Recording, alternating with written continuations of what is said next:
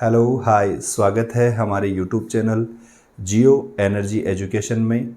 मैं हूं नरेंद्र शर्मा। पिछली क्लास में अपन ने अध्ययन किया था अलग अलग तृतीय क्रियाकलापों के बारे में, जिसमें अपन ने पर्यटन देखा था, पर्यटन आकर्षण देखा था, चिकित्सा पर्यटन देखा था। तो इन सभी चीज़ों पर अपन ने बात कर ली है। आज हमारा अगला जो इसी में ही तृतीय क्रियाकलाप वाला और चतुर्थ क्रियाकलाप वाला जो चैप्टर है, इस चैप्टर में आगे पढ़ेंगे अपन चतुर्थ क्रियाकलापों को। तो हेडिंग लगाइए चतुर्थक क्रियाकलापों को।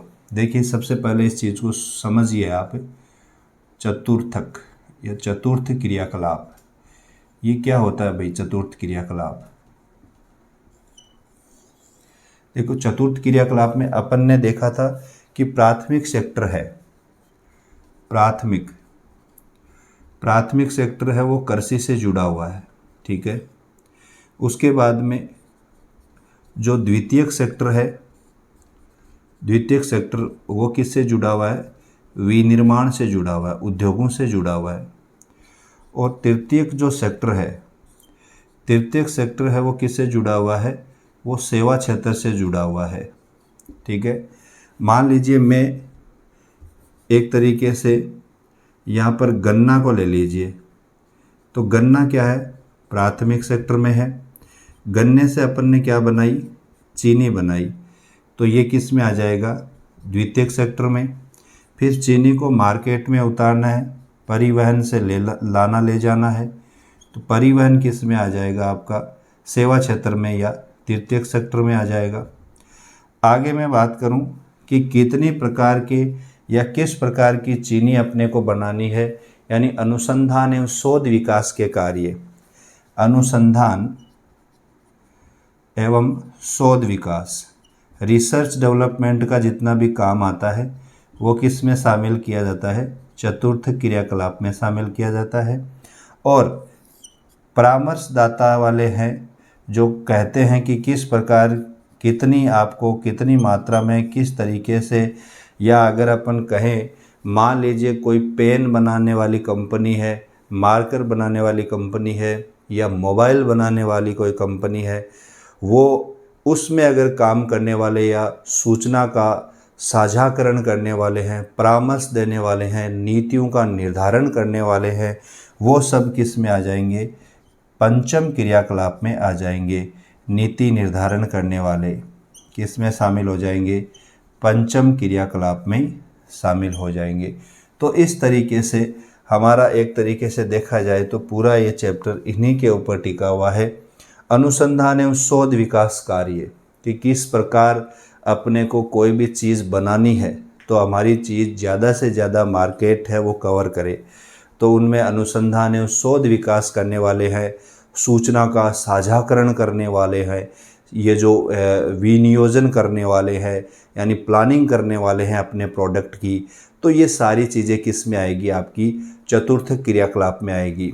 तो हेडिंग लगाइए चतुर्थक क्रियाकलाप।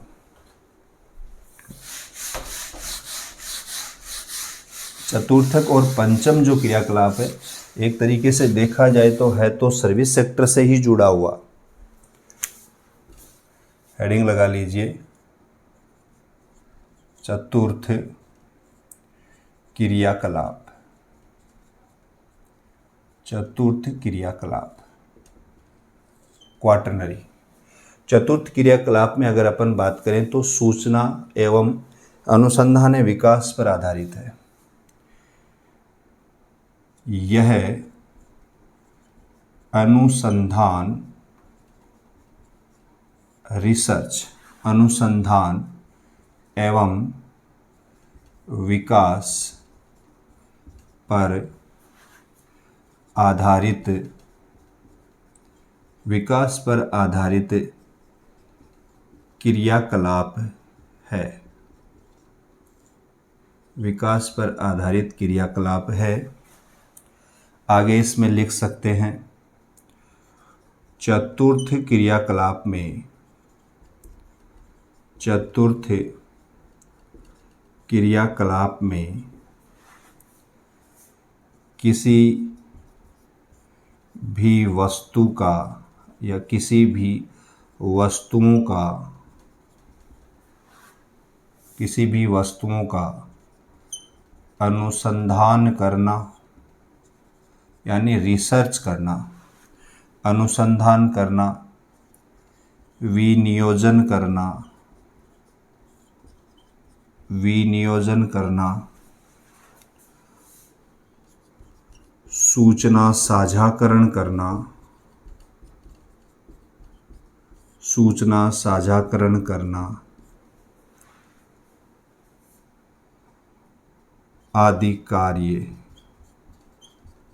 कार्य करने वाले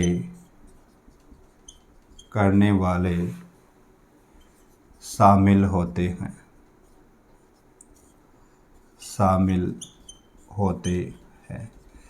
यानी अनुसंधान और विकास पर आधारित होते हैं। और जो भी विनियोजन करना है, विनियोजन का मतलब होता है प्लानिंग करना।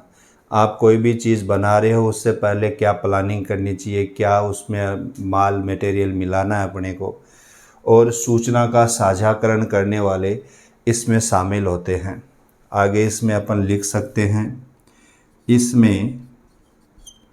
इसमें कुशल ज्ञान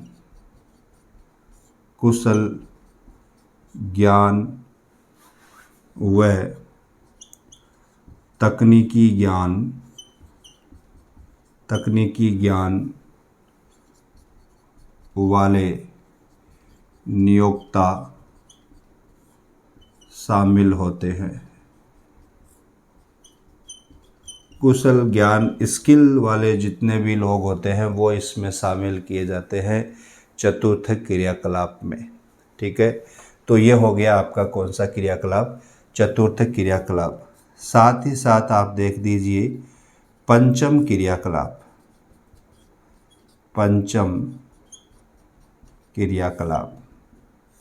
देखिए जो पंचम क्रियाकलाप है वो एक तरीके से उच्चतम स्तर के निर्णय लेने वाले, यानी अलग अलग उच्च स्तर के निर्णय लेने वाले, परामर्शदाता, नीति निर्धारक और विशेषज्ञ उसमें शामिल होते हैं। कौन कौन से शामिल हो जाएंगे, लिख लीजिए इसमें। पंचम क्रियाकलापों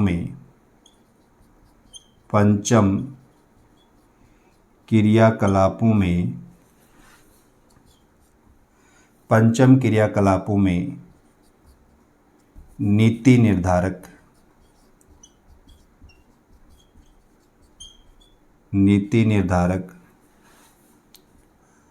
परामर्शदाता,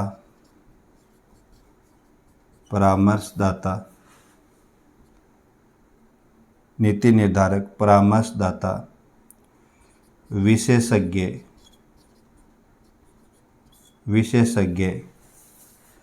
तथा उच्चतम स्तर के निर्णय लेने वाले सम्मिलित होते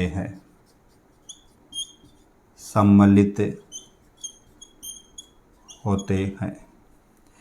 यानी ये कह रहा है कि पंचम क्रियाकलापों में नीति निर्धारक, परामर्शदाता, विशेषज्ञ या उच्चतम स्तर के निर्णय लेने वाले इसमें क्या किए जाते हैं, शामिल किए जाते हैं।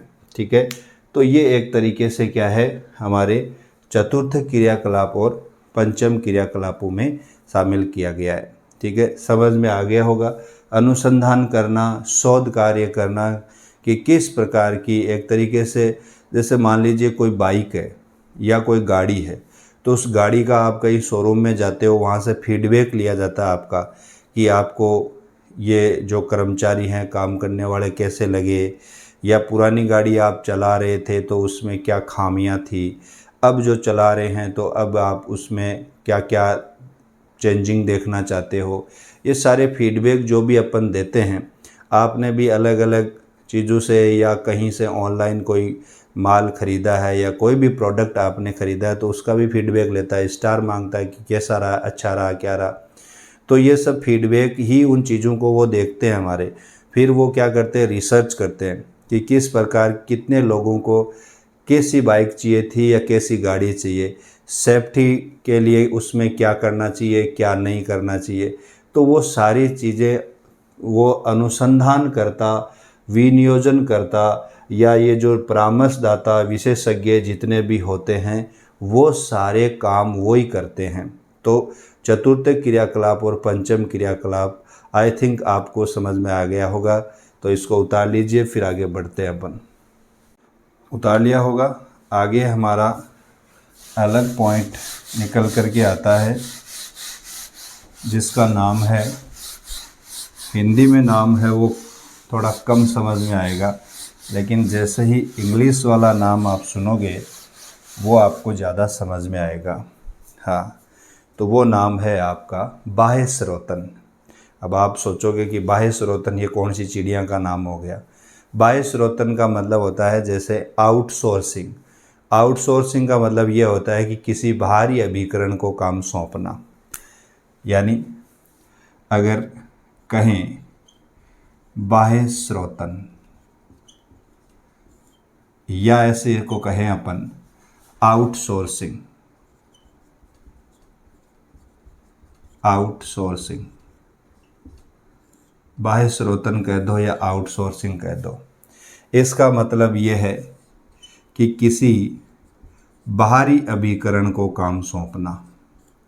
बाहरी अभिकरण जैसे मान लीजिए, ये क्या होता है कि ये जो आउटसोर्सिंग वाले काम है वो जो डेवलप कंट्रियाँ होती है, डेवलप कंट्रियाँ क्या करती है, ऐसे विकासशील देशों में क्या करती है, काम को ऑर्गेनाइज करवाती है, वो काम है वो उनको ठेके पे देती है।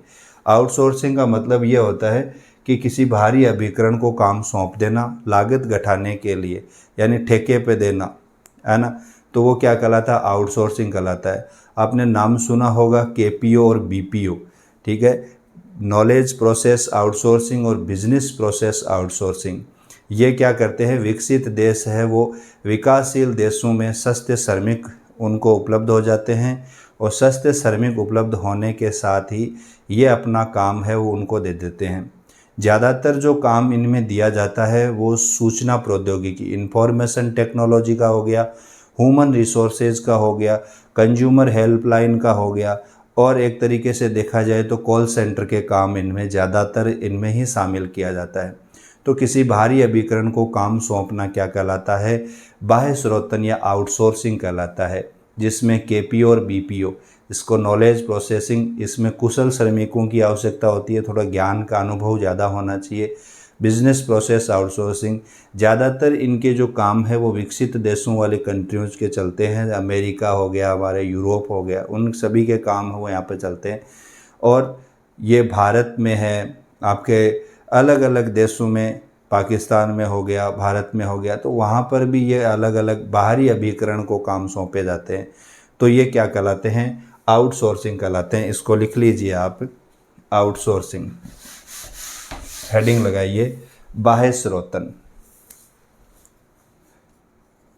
बाह्य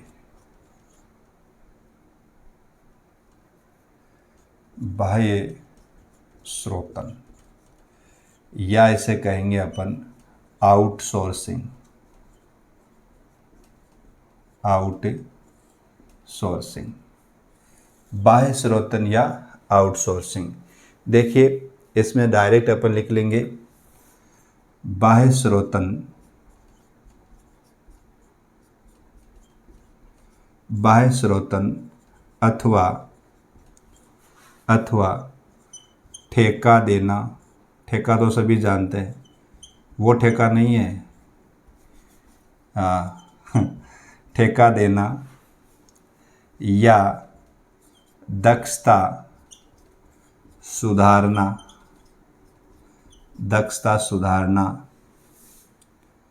तथा, या ऐसे लिख दीजिए, या लागत घटाने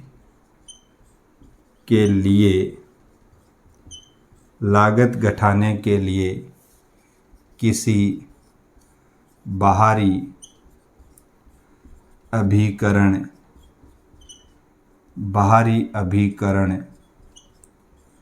को काम सौंपना। बाहरी अभिकरण को काम सौंपना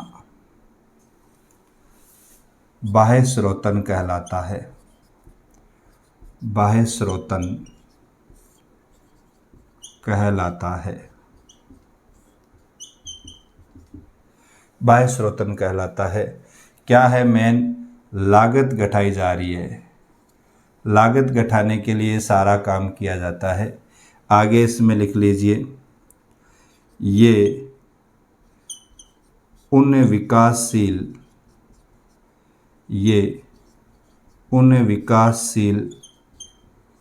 देशों में ज़्यादा आ रहा है जहाँ सस्ते व कुशल श्रमिक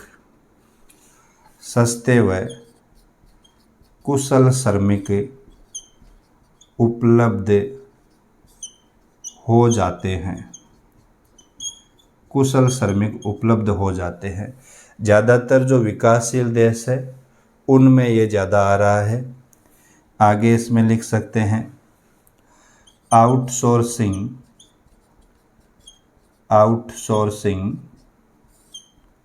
में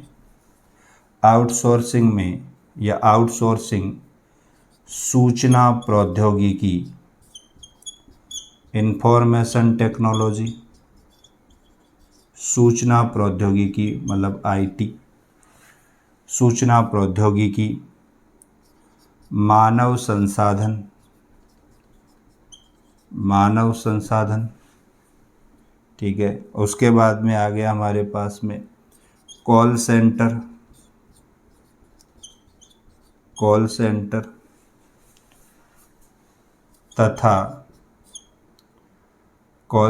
तथा हेल्पलाइन, ग्राहक हेल्पलाइन, ये लिख देंगे ज़्यादा बेटर रहेगा। ग्राहक हेल्पलाइन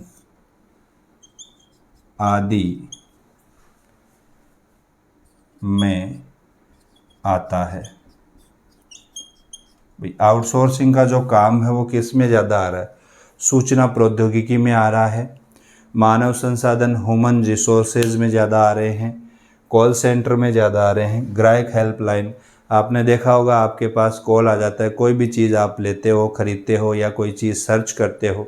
मान लीजिए आपको अगर सर्च करना है कि अपने को कौन सी अपनी गाड़ी की इंश्योरेंस करवानी है, जैसे ही आप सर्च करोगे फ़ोनपे में या फिर कहीं पर भी जो भुगतान वाले ऐप है उन पे आप सर्च करोगे, आपके पास तुरंत कॉल आ जाएगी, सर आप ये ले लीजिए। तो वो क्या है? हेल्पलाइन है कि नहीं? वो हेल्पलाइन है।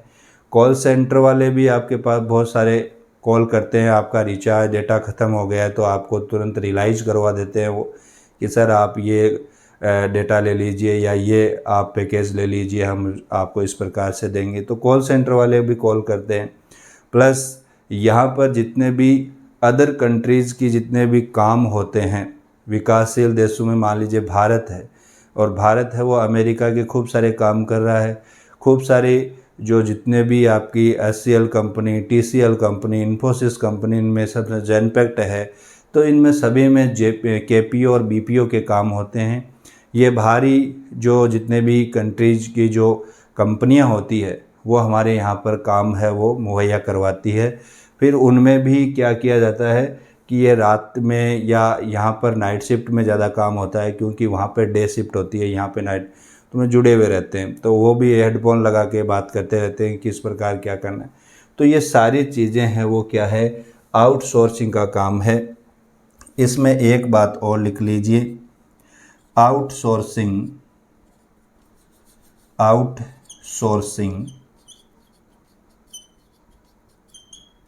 आउटसोर्सिंग में केपीओ तथा बीपीओ शामिल है, या इन्हीं को ही कहते हैं वैसे तो। केपीओ को मतलब होता है knowledge process outsourcing. Knowledge process outsourcing, knowledge process outsourcing. और बीपीओ का मतलब होता है business process outsourcing, business process outsourcing. तो ये इनका क्या होता है, नंबर वगैरह सारी होते हैं। तो ये आउटसोर्सिंग है, किसी भी बाहरी अभिकरण को ठेका देना या काम सौंपना बाह्य स्रोतन कहलाता है। विकासशील देशों में ज़्यादा हो रहा है, सस्ते कुशल श्रमिक मिल जाते हैं और भारत जैसे देश में बेरोजगारी का स्तर खूब है। इस कारण यहाँ पर भी केपी और बीपीओ में काम करने वाले खूब जितने भी लोग हैं वो मिल जाएंगे आपको, या खूब काम करते हैं। सूचना प्रौद्योगिकी से संबंधित काम है, कॉल सेंटर का है, ग्राहक सेवा केंद्र का है। तो ये सारी चीज़ें हैं वो क्या कहलाती है, आउटसोर्सिंग कहलाती है। ठीक है, तो ये सभी चीज़ें हैं, एक तरीके से इसको नोट कर लीजिए। यहाँ बहुत बार पूछा जाता है ये आउटसोर्सिंग क्या होता है, क्योंकि अभी जितने भी जो टेक्नोलॉजी बढ़ रही है तो उनमें ये काम हो रहे हैं, इस कारण इसको पूछ सकते हैं। और पूछता क्या है, ये बाह्य स्रोतन दे देता है कि बाह्य स्रोतन क्या होता है। और बच्चे कंफ्यूज हो जाते हैं कि ये कौन सी चिड़िया का नाम आ गया नया उठ करके, बाह्य स्रोतन। और अगर इंग्लिश में पढ़ेंगे तो आउटसोर्सिंग, आउटसोर्स, आउट यानी बाहर और सोर्सिंग यानी अलग अलग रिसोर्स से आपको काम दिया जा रहा है, वो आउटसोर्सिंग में शामिल किया गया है। नोट कर लिया होगा आपने। आगे हमारा एक लास्ट पॉइंट रह गया है इस चैप्टर का, और उसका नाम है अंकीय विभाजक। अंकीय विभाजक, देखिए हिंदी की जो टर्म्स है वो समझ में नहीं आती है, लेकिन अंग्रेजी वाली जो टर्म्स है वो बढ़िया तरीके से समझ में आ सकती है। हेडिंग लगाइए, अंकीय विभाजक। अंकीय विभाजक, अगर इसको अपन कहें तो इसको कह सकते हैं the digital divide. Digital divide, digital का मतलब अंक और डिवाइड मतलब विभाजक। डिजिटल विभाजक का मतलब ये होता है कि जो विकसित कंट्रियां हैं या विकसित जो देश है वो आईटी सेक्टर में क्या कर रहे हैं, ग्रोथ कर रहे हैं। और जो विकासशील देश है, विकासशील देश है वो थोड़ा कम कर रहे हैं, या अगर देखा जाए तो, अगर ओवरऑल देखा जाए तो वो क्या है, बहुत ही कम है। तो इसी को ही अपन क्या कहेंगे, अंकीय विभाजक कहेंगे। यानी सूचना संचार प्रौद्योगिकी के विकास में जो देश लगातार आगे बढ़ रहे हैं, या ऐसे कहें कि सूचना संचार प्रौद्योगिकी में जितना भी अपन विकास देख रहे हैं वो अगर पूरे संसार में, पूरे ग्लोब पर देखें तो वो असमान रूप से वितरित है।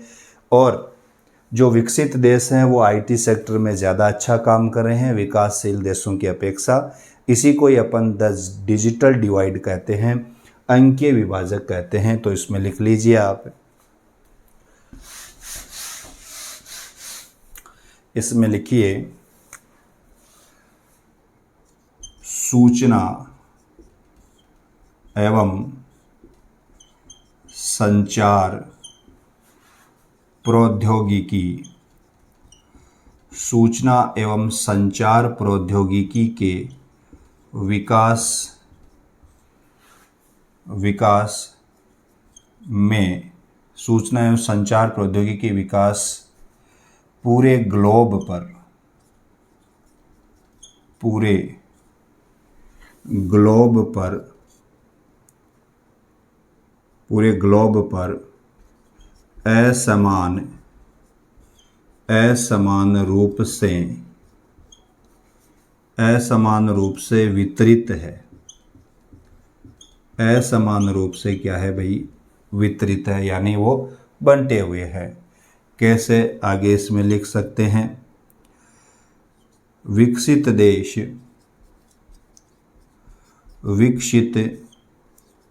देश सूचना एवं संचार प्रौद्योगिकी, सूचना एवं संचार प्रौद्योगिकी में लगातार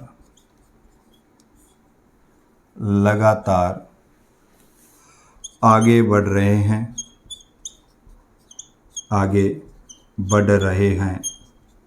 अर्थात विकासशील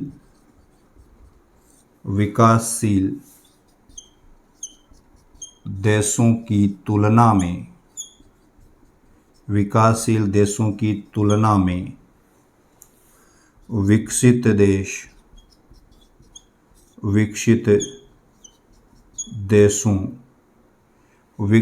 देशों का कार्य अच्छा है। विकासशील देशों की तुलना में विकसित देशों का कार्य अच्छा है। इसे ही अंकीय विभाजक कहते हैं।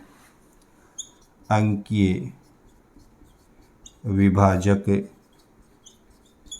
कहते हैं। भाई, सूचना और संचार प्रौद्योगिकी में विकसित देश आगे बढ़ रहे हैं। क्यों बढ़ रहे हैं? क्योंकि ये लगातार एक तरीके से देखा जाए तो आउटसोर्सिंग का काम भी अच्छा करते हैं। प्लस जितने भी जो विकसित कंट्रियां हैं उनमें जो काम होते हैं या उनमें जो उद्योग धंधे लगाए गए हैं या उनकी जो कंपनियां हैं, वो कंपनियां एक तरीके से देखा जाए तो निजी सेक्टर में ज़्यादा है। यानी एक प्राइवेट सेक्टर में या निजी सेक्टर में ज़्यादा है वो कंपनियां क्या करती है, बाहर से लोगों से काम करवाती है और उससे क्या होता है, लागत घट जाती है। भाई मान लीजिए अमेरिका है, अमेरिका की कोई कंपनी बाहर से काम करवाती है या बैंक से संबंधित कोई डिटेल्स करवाती है या काम करवाती है, या ऐसे मान लीजिए अमेरिका की कोई बैंक है, उसमें जितने भी लोन लेने वाले आए उनमें से देख लिया लोगों को कि भाई किस प्रकार से क्या करना है, तो भारत के पास में उनका क्या होता है, टाइप होता है भारत की कंपनियों के साथ में। वो बीपीओ सेक्टर पे काम करवाती है और उनमें जितने भी वो काम होते हैं वो क्योंकि अच्छे और कुशल श्रमिक, सस्ते श्रमिक मिल रहे हैं भारत में, तो वो उनसे करवा लेते हैं। अगर अमेरिका वालों से करवाएंगे तो उनमें डॉलर में चुकाना पड़ेगा, जो कि बहुत ही ज़्यादा हाई रहता है। भारत में आपको पता है एक डॉलर की वैल्यू क्या रहती है। तो इस तरीके से यहाँ कम पैसे चुकाने पड़ेंगे, सस्ते मिल जाएंगे, श्रमिक है।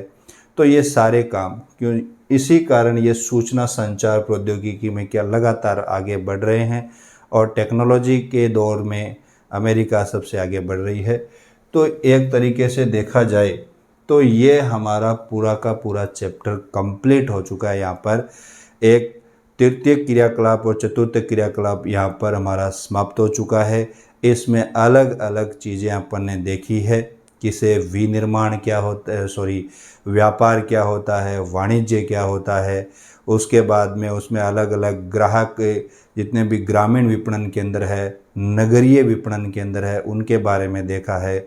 फुटकर व्यापार, थोक व्यापार के बारे में अपन ने देखा है।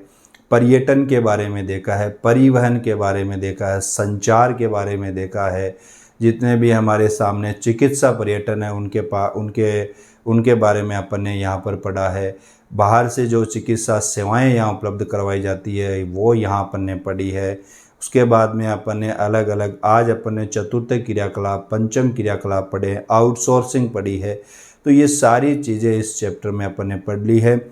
आई थिंक सभी की दीपावली की छुट्टियां लगभग हो चुकी है या हो जाएगी, और आपका काम इतना रहेगा कि जितना आपको स्कूल में पढ़ाया गया है या फिर आप किसी भी चीज़ की तैयारी कर रहे हैं तो जितना आपको पढ़ाया गया उसको इसमें क्या कर लीजिए, रिवाइज कर लीजिए। बार बार आप रिवाइज करोगे, आगे बढ़ते रहोगे तो आपको मुकाम हासिल करने से कोई नहीं रोक सकता। काम आपको ऐसा करना है कि दुनिया चाहे आपकी जैसा काम करना चाहती है, तो आपको आगे लगातार बढ़ते रहना है। और इसी के साथ हम आगे नेक्स्ट वीडियो में मिलेंगे। तब तक जय हिंद, जय भारत, धन्यवाद। और हाँ, आप सभी को पता है कि हमारा ये जो यूट्यूब चैनल है जियो एनर्जी एजुकेशन, ये लगातार आगे बढ़ रहा है। आगे आपका साथ ऐसा ही मिलता रहे और इसके लिए हम आप सभी को धन्यवाद देते हैं। हमारी टीम की तरफ से आप सभी का शुक्रिया और आगे हमारे चैनल को सब्सक्राइब करते रहिएगा, बढ़ाते रहिएगा और धीरे धीरे कंपटीशन लाइन में जितने भी तैयारी करने वाले हैं, आज तो सुनहरा मौका है सभी के पास में। रीट आ गई है आपके और फर्स्ट ग्रेड की वैकेंसी है वो आ गई है। तो ये सारी चीज़ें हैं वो एनसीईआरटी के ऊपर बेस्ड है। एनसीईआरटी ज्योग्राफी अपन यहाँ पढ़ रहे हैं। तो दीजिए इजाज़त, मिलते हैं नेक्स्ट वीडियो में।